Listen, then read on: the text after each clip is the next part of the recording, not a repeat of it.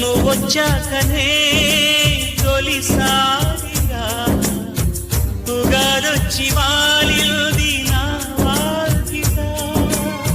మనని చూడగా తను విందుగా మనింట్లోనే ఉంటుంది ప్రతి పండుగ. ఏదో మాయగా ఉంది ఇంత సంతోషం, ఎంతో తీయగా ఉన్నది కొత్త సంసారం. ఏకాకి యాత్రలో ఏకైక బంధమా నీకోసమే నేనున్నది. నా జీవితం నీదైనది.